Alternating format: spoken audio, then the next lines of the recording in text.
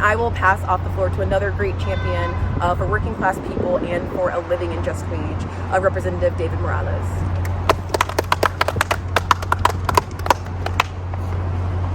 Now, brothers, sisters, and non-binary families, we stand here today. We are a grassroots coalition of diverse candidates and elected officials who are calling and continuing to advocate to ensure that Rhode Island is home to a living wage to all people, regardless of socioeconomic background, regardless of education level, because everyone deserves the right to live with socioeconomic dignity.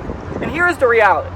The reality is that in the state of Rhode Island, as of 2022, the minimum wage is well below $13. It is $12 and some change. And if you are a tipped service worker, then your reality is that you have a sub-minimum wage of less than $4. And that is why we're here.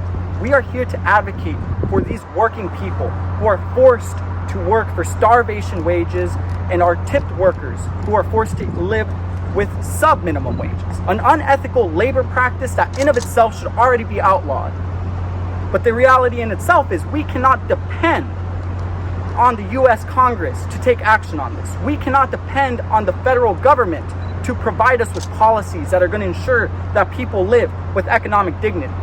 Instead, it is up to all of us here at the local level, starting with municipal and state level legislation, to ensure that people are earning the living wage that they deserve. And that means passing legislation to ensure that we are finally on a trajectory to achieve a $19 minimum wage, to ensure that we finally eliminate the sub-minimum wage. We cannot continue the practice of trying to increase the sub-minimum wage years after the general minimum wage has increased. That is unsustainable, and that in itself is continuing to leave working people, predominantly people of color, with the economic standpoint of living in poverty. But that is why we are here, because we are going to continue to advocate for these solutions that are tangible, but most importantly, have proven to work in other countries where they pay higher wages and people have a higher quality of life and a higher standard of living.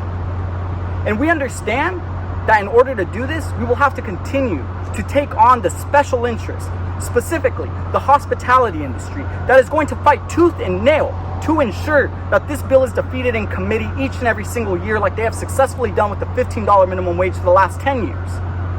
But this is why we are continuing to grow this coalition, and why we will ensure that going into the legislative session for 2023, we have the allies, the community partners, the workers on the front lines here at the State House, demanding that we finally implement these policy changes that are achievable and must be passed.